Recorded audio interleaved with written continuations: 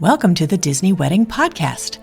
This show is brought to you by Carrie Hayward's Fairy Tale Weddings Guide, the only guidebook and bridal organizer tailored exclusively to Disney's fairy tale weddings at Walt Disney World. I'm Carrie Hayward, and each week I feature Disney wedding updates, money-saving tips, and interviews with wedding vendors and real Disney couples. I also cover honeymoons, anniversaries, and engagements at the Disney parks and resorts. Join me now as the Disney Wedding Podcast celebrates romance at Disney destinations.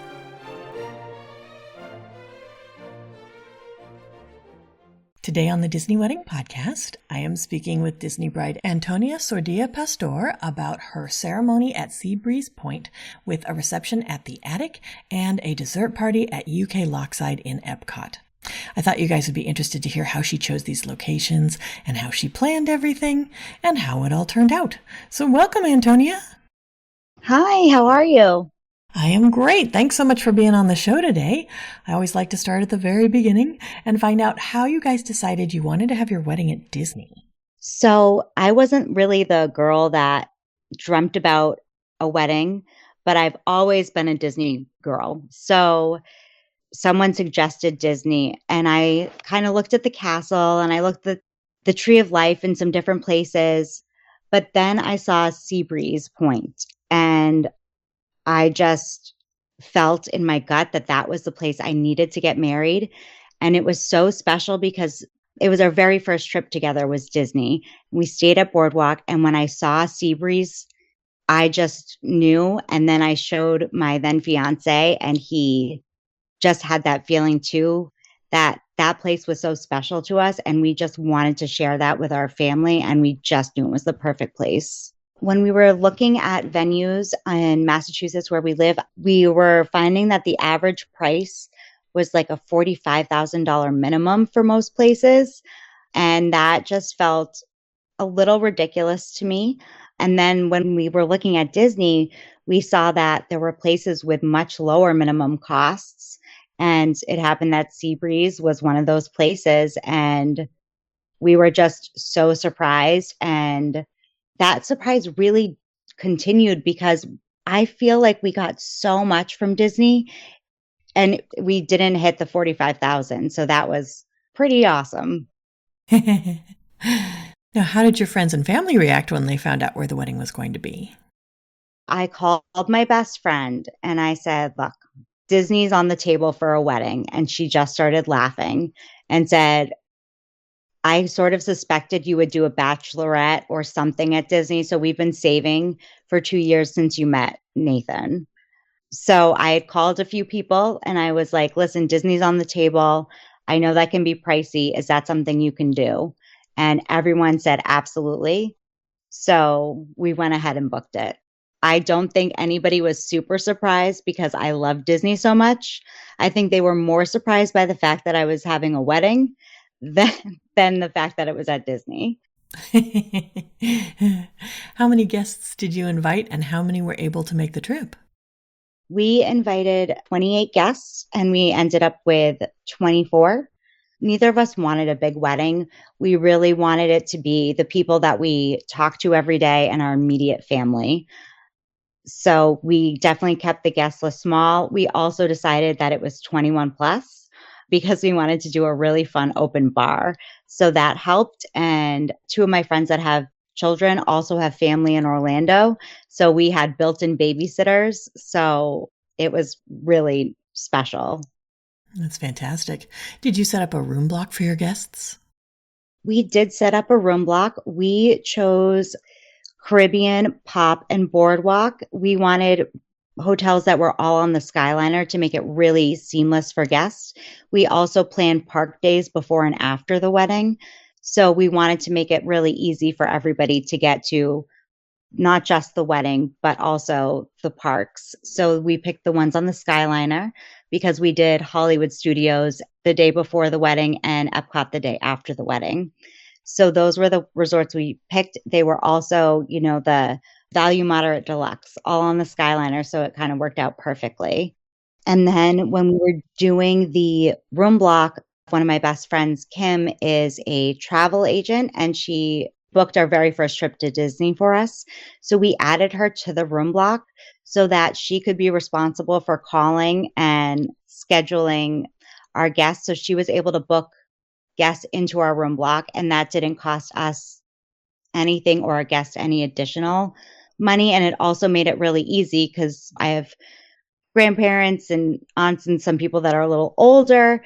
And so she was able to just sort of figure that whole part out for us and book the tickets in case anybody wasn't, familiar with like the Disney app or how to book things. She was able to get reservations for us, and it really made it so seamless and easy. And that way, no one was coming to us asking questions. They all went to Kim.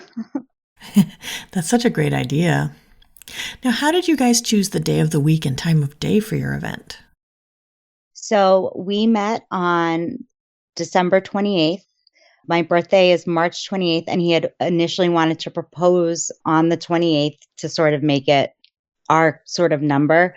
So we had initially asked if we could do June 28th, but that wasn't available. So we decided that the location was so much more important to us than the date. It also worked perfectly. I'm a teacher, so I was just out of school. A lot of my family and friends are teachers as well. So they were also out of school. And then it was the end of June, so it wasn't quite summer hot, August hot. So it just kind of felt like really perfect timing. That's wonderful. And how did you choose the time of day for your event? That was a little bit more practical. We chose noon because I was born in Florida and we go to Florida a lot to visit my grandparents. And we know that sort of there can be some afternoon rain showers.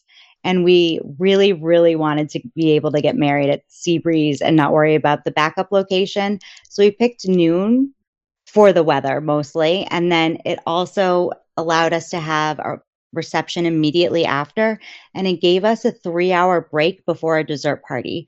So I was able to take my dress off for a little bit and sort of just relax. Nathan actually took a nap during that time. It allowed my grandparents to also go take a nap. It allowed people to rest or change into more comfortable clothes. And, the wedding day can be, it was the perfect day, but it's very stimulating. It's very emotional. So having a little bit of a built-in break was just so perfect for us because it really gave us a minute to just take a few deep breaths and then really get ourselves back into the moment to enjoy the dessert party and fireworks with our guests. It allowed us to really be present in the moment because we weren't rushed around to see everybody. We knew we had that 3-hour break, so we were able to spend a little longer with some guests, and it just really worked very nicely for the flow of the day. I'm so glad you mentioned that because I think a lot of people, when they first investigate Disney World weddings, they start seeing that, there are morning ceremonies, which they've never heard of, and brunch receptions, which they've never heard of. And then when people start to mention that they have a break between their ceremony or their reception and their dessert party, it doesn't compute because in the real world, everybody has their ceremony and then they have the reception right after. So I'm so glad you mentioned what a great idea it is to have a break because it gives you and your guests a chance to kind of recover and relax if you need to, or do whatever you want to do before the dessert party. Absolutely. I cannot speak highly enough of having that break. It really allowed us to be present in the moment. It allowed us time to just decompress a little bit. And also, it's hot. So taking off the dress for a minute was really great too. That's so true. So it sounds like you knew that you wanted Seabreeze Point as soon as you saw it. How did you choose your reception venue? So I knew I wanted the attic the second I saw it. It felt just so unique and special and just sort of matched Nathan's personality and my personality. It has so many cool things.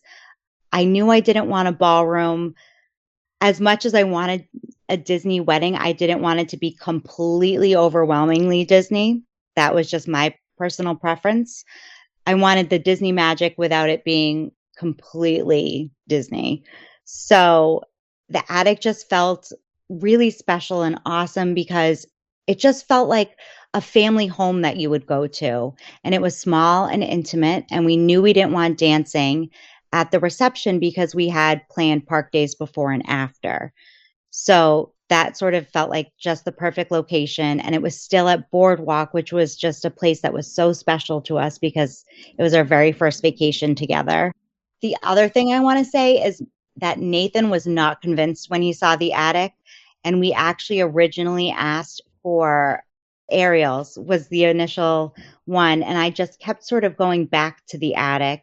And then I found pictures after it was refurbished and showed Nathan, and he was like, oh, we so made the wrong choice. And luckily it was available for the time we wanted. Oh, that's interesting. Yeah, because aerials, they have windows, but they're all covered, so you can't really see out. Whereas the attic, you're way up high and you can see Spaceship Earth and all of the lagoon and the other resorts. I mean, the view from the attic is just so lovely. And then going out on the little patio for the first dance and for pictures was just really magical. The view is just incredible from there. That's great. Now, did you guys use any outside vendors for the portions of your event that you were able to? Yes, we used the Roots for photography, but that was the only outside vendor apart from the hair and the officiant. So photography was one of the absolute most important things to me for the wedding. And I looked at so many pictures from, Instagram, just researching on the web, looking at the Disney pictures, the different photographers down there. And I just absolutely fell in love with the pictures from the Roots. I felt like all of their wedding pictures really made me feel emotional.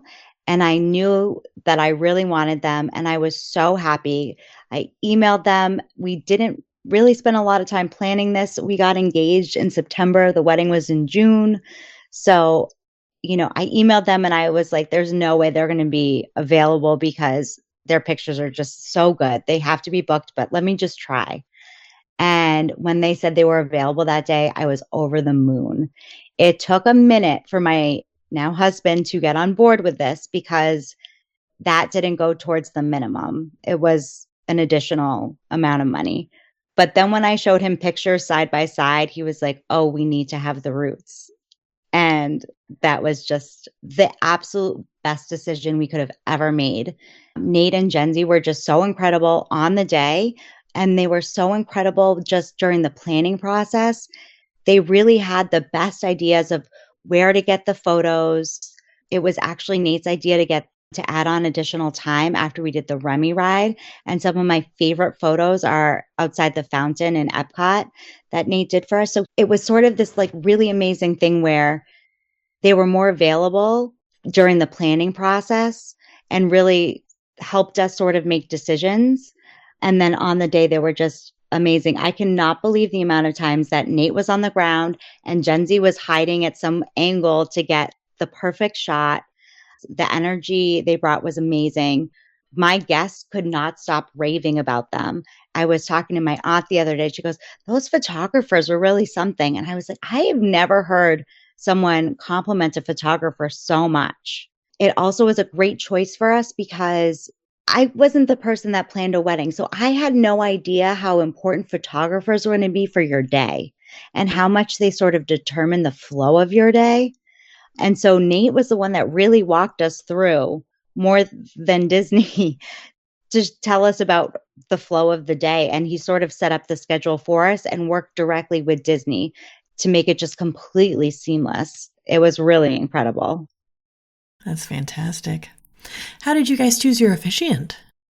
I looked on Facebook and reviews and sort of reached out to a couple, and Catherine and Mundy was available, and I had really liked a lot of the reviews. And when we had a FaceTime, I sort of got a really good feel. And I really loved all the Disney additions that she said she could add to the ceremony. And to me, it was the perfect mix of traditional, which was really important to Nathan. He wanted a more traditional style ceremony, but I really wanted that Disney magic embedded in. So it was a really great mix of that. And one of my favorite moments was definitely the pixie dust at the end of the ceremony that she did for us. So that was really special. What kind of musicians or entertainment did you add to the ceremony and the reception? For the ceremony, we did a solo violin. And we did a mixture of traditional songs like Canon in D and Claire de Lune, but also, our exit song was Happily Ever After. My parents walked into Bella Notte, so that was really fun. And then for the reception, that was actually a little bit challenging for us because I just didn't really care about the music. It wasn't something that was important to me. If we had dancing, I definitely would have gone with a DJ. We really wanted it to be more background music because we wanted it to really feel social and have conversation. A lot of our decisions were made on how our guests would be able to interact and how we'd be able to interact with our guests. So we had sort of been thinking about a harp because that felt like nice background music. But then when we were thinking about our first dance, we didn't really love the sound on the harp. So then we thought maybe violin, and then we thought maybe violin and cello, but that felt like it would be more than background music. It would be such a focal piece.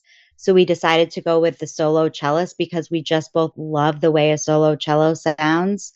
And I mean, our first dance was so beautiful. My father-daughter dance was beautiful. So it was really the perfect blend of having a live musician, which is just so incredibly special, but also it didn't take over and it wasn't the focal point of the reception. That's interesting. Okay. Do you have any menu items or cake flavors you would recommend?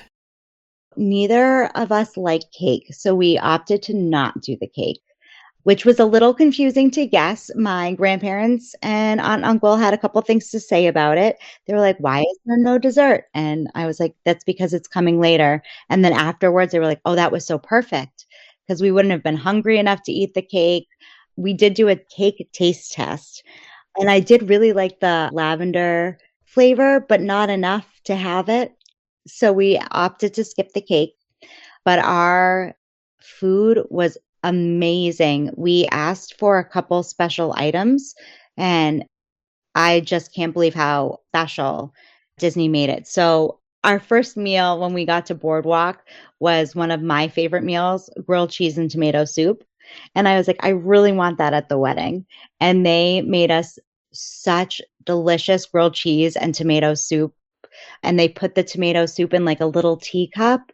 I thought it would be like a shot glass, and so it was just really special how they did that. The salmon was great. We also had the Les Sierra steak, which guests were absolutely raving about. And then we also did the vegan sausage and broccolini pasta that is typically a action station, but we had it as just a buffet item, and that was great. So we had salmon, steak, and pasta that was vegan. So every guest could enjoy something. And they all love the food. So that was really fun for us. Fantastic. Can you tell my listeners a bit about the dessert party, how you chose UK Lochside, and about your ride mix-in? So my grandparents got married on the 4th of July so that they could see fireworks on their anniversary every year. So when Nathan suggested that we do a dessert party with the fireworks, I started crying. I was like, how special is that? And then my heart was absolutely set on fireworks. There was going to be no talking me out of it. We had to have them. I feel like the UK Lochside is just, the view is incredible from there. And we went down for a menu tasting and we sort of walked in that area. And I just could not believe how close we were going to be to that and like how special that space felt.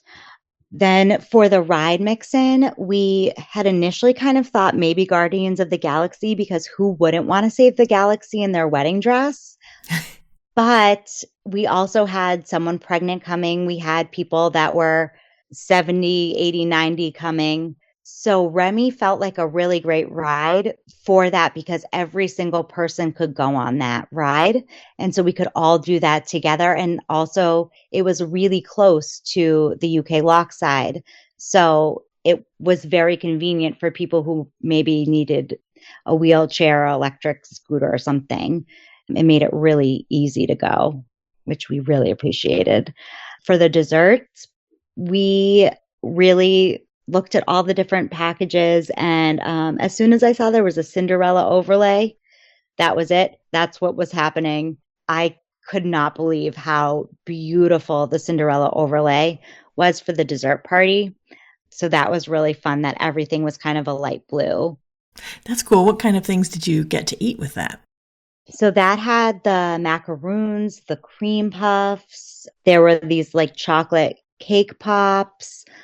There was, the fruit and the coffee. And we also added champagne. So we could do a champagne toast at the dessert party, which was really important to me because our very first trip, we went to EPCOT and watched fireworks on our very last night in Disney. And we toasted with champagne in EPCOT. And I cried that night because I was like, I'm never going to have a trip as special as this one. And then I found out I could do that for my wedding. And I was like, oh, yes, we need to recreate that moment. So all of our guests need champagne at the dessert party. That's awesome. Can you give my listeners a timeline of how the wedding day all fit together? Sure. So I got up pretty early. My hair and makeup started at 6 a.m. with my mother and mother-in-law. My mom, my mother-in-law, and I all got ready together in my hotel room, which was really fun. And then Nathan went and got ready with his brother and dad in a different room. So that all started at 6. And then we did our first look pictures beforehand. So we started the day with our first look pictures, which was incredibly special. I'm getting emotional just thinking about it because it was so magical. So we had our first look pictures around 9 o'clock, and then we brought in the immediate family to do some of those family group pictures. It was really important to us that we get to go to the reception sort of in the same group as everybody else. We didn't want to take a lot of time after the ceremony to do separate pictures. So we did a lot of that before. So immediately after the reception, we sort of just went through the list of groups that we wanted to get in that location. And then we were able to walk to the reception with a lot of our guests and not be too far behind them. Then we had our cocktail hour with some appetizers. The meal was served between 2 and 4. And we had our EMC sort of announce to guests that we did have the open bar until 6. They were absolutely welcome to stay and utilize that. But if that people wanted to go take a break or change and then meet back at 7, that was absolutely fine. Then our dessert party actually got rained out. Now, I thought, oh gosh, my very perfect day. Yikes, something happened. Oh no. Turns out it was the absolute highlight of the day. Getting to walk through EPCOT to our backup location in my dress with all of our guests and crowds were cheering was just the most magical thing that could have ever happened. I'm so happy that we ended up in the backup location, which just goes to show you that Disney magic is so real. So it was so fun to walk through EPCOT we had it over the Frozen ride, the interior location. So we also got to go in the back entrance of Frozen, which was pretty cool. So we had our dessert party there. And then we went after the dessert party, we got to go to see the fireworks. And it was the absolute perfect location. I have never been that close to the fireworks to see like the lasers in the water, to see how calm the ducks are in the water while these fireworks are going off was just really special. And then after we got to go on the Remy ride, we made sure that the Skyliner was still open prior to doing the mix-in for the guests that wanted to utilize that. And it turned out to be really perfect. That's fantastic. So, out of all of this, what ended up being your favorite memory of your wedding day? It was definitely the fireworks. It was really special to see so many people in my family look like little kids again with their mouths open, just staring at the fireworks. And so Nathan and I were taking pictures with the Roots, well, Nate Root, and then we kind of looked over to the side and just to see all of our guests being able to have a seat, being able to just enjoy the fireworks sort of spread out, but still together with the people that mean the most to us was just unbelievably special. I mean, really to look over and see, like, my dad looked like a little kid looking at these fireworks was so incredible. And then my dad and I, our first dance was to You'll Be in My Heart from Tarzan. And then they played that song during the fireworks, and I just ran over, and it was just such an emotional moment for us. But it also just felt like the absolute best celebration. To have fireworks at the wedding was just unbelievable, but really to get to experience it in a closed off section with the people that mean everything to us was really spectacular. That's wonderful. When you guys were planning, what were some of the most important aspects of the event where you focused your attention or your budget? You mentioned photography. Yep. So for me, it was definitely photography was the most important thing. Fireworks were probably second. And then, well, I think actually the location, I needed sea breeze and fireworks, and photography was really the top of my list. I really wanted those family portraits that, I could frame and hang and keep forever.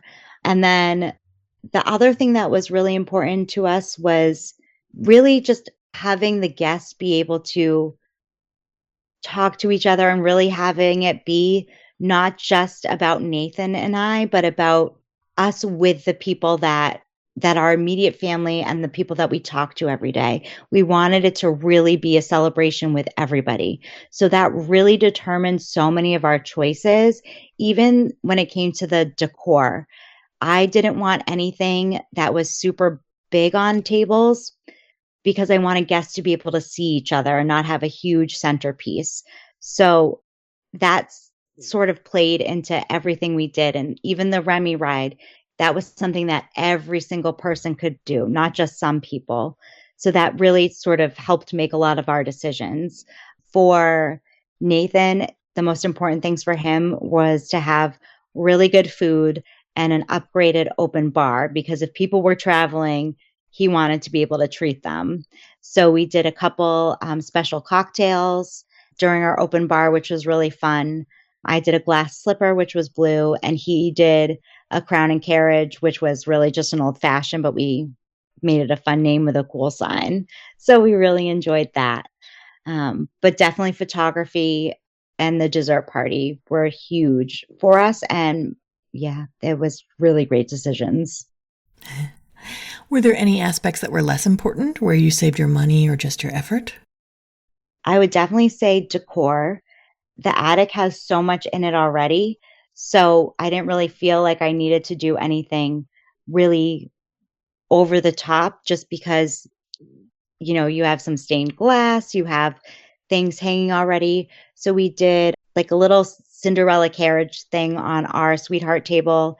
And then we did smaller. Actually, the one that I really loved was a floating vase with a single rose in it, which was advertised as something you could do in the dessert party, but I really liked it and they made it happen for us. So it was really simple. We loved the look of just white curtains at Seabreeze and a couple little lanterns, but we felt like the view was so special. That location was so beautiful already. We didn't need to add a lot. So we ended up saving a lot of money on decor, which was really fantastic. And then the music wasn't hugely important to us. So we went with just a solo musician, which felt unbelievably special. And then they had offered to let us plug in an iPod for an additional fee, which neither of us really cared enough about. So we didn't do that. We had considered having characters, but because we weren't going to do a cake cutting and we weren't having anyone under 21, we decided against that. Um, so that sort of played a role into it. But, I feel like everything we wanted, we really did get. And we got so much more than I think we ever could have in any other location. To have a already set backup location, they streamline so many processes for you. You only have to go to them for the things. So it makes it really easy for the day because they set up, the catering, the musicians, it's all them. So that was really great for us to sort of streamline the process. Did anything go wrong or just not turn out like you expected? The only thing that went wrong was definitely just the most magical thing ever.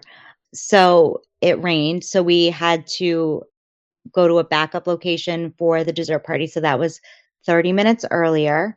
And I was a little nervous because, we have an electric scooter coming. Now we're going to have to walk further into EPCOT because we were coming from the boardwalk. The UK is literally like right there. It's such a short commute. And now we're having to walk all the way to Norway. So I was so nervous about that.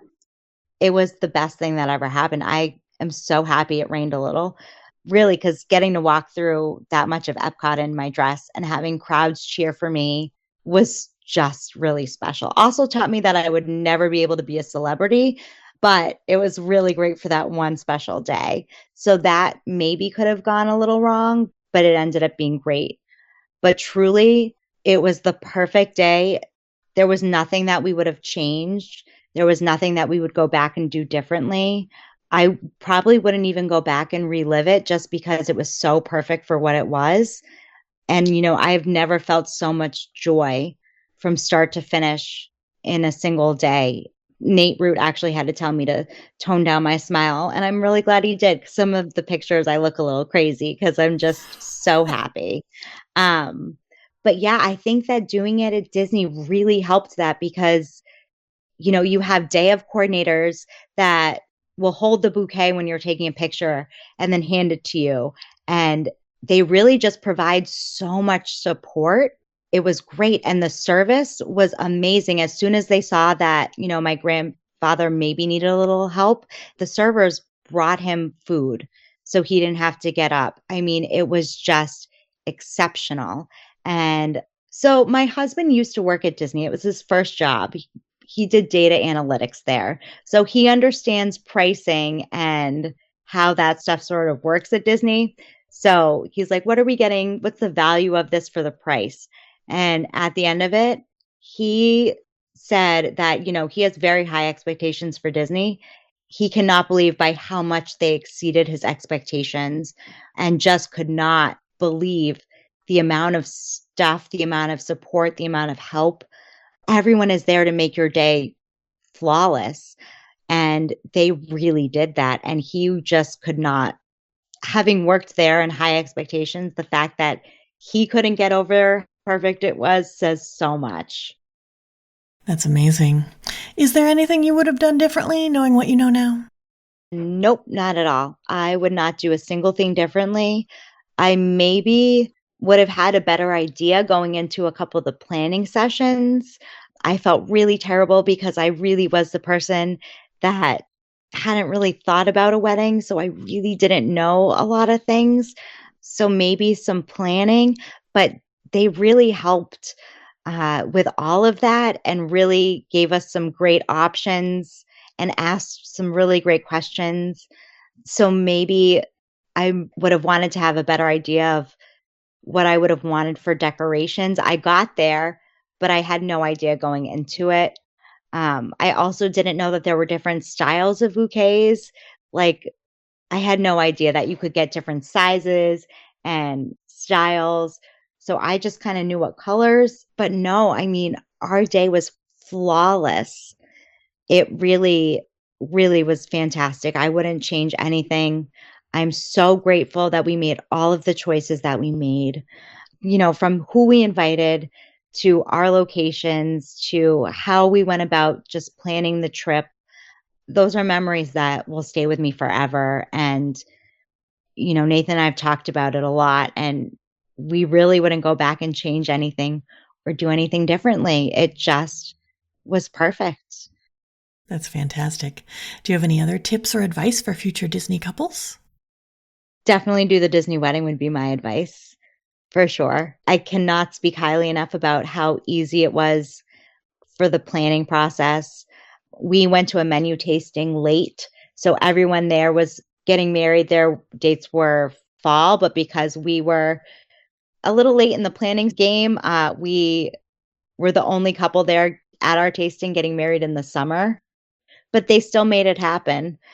We had a couple little requests, like Nathan wanted a smoky drink as a signature cocktail, and they were able to make it work. I could just go on and on about how fantastic everything was. The way that they communicated the day of, everything was perfect. My advice would be definitely do the Disney wedding. That's great advice. Well, Antonia, I think you've offered a lot of great tips and advice for anyone who's interested in getting married or having a vow renewal at Walt Disney World, and I appreciate your taking the time. Thank you so much for having me. And I just want to say a fun little fact. Nate Root was like, have you looked at Carrie's guide? Have you looked at it? I'm like, I saw that she has one. I've listened to the podcast. And he was like, have you looked at it? And oh my gosh, that saved us. It really did. The guide was really so helpful. And I was able to put envelopes aside with tips because I knew who would maybe expect a tip, who wouldn't. It really helped us decide on transportation, and we decided not to have any because we had such a small number of guests. It really helped with the audio, understanding how that all worked. I felt like anytime I had a question, I could kind of refer to it. Pages might have also been printed and brought with us to the wedding, which was really funny. But before we would meet with Disney, Nathan would go, can you reference the guide? Let's see. Are they being honest? And I'm like, Disney's not going to be dishonest, but yes. And it really helped us make some decisions and narrow some things down. And that was really awesome. That's fantastic. I'm so glad you found it helpful. Oh my gosh, it was a lifesaver. So thank you for everything you do. That's our show for today. I'm your host, Carrie Hayward, inviting you to join me again next week for another episode of the Disney Wedding Podcast. Past shows and tons of photos for each episode are available on my website, DisneyWeddingPodcast.com, or listen in your favorite podcast app. And for instant answers to all your Walt Disney World wedding questions, check out Carrie Hayward's Fairy Tale Weddings Guide, available as an interactive ebook with continual free updates at fairytaleweddingsguide.com.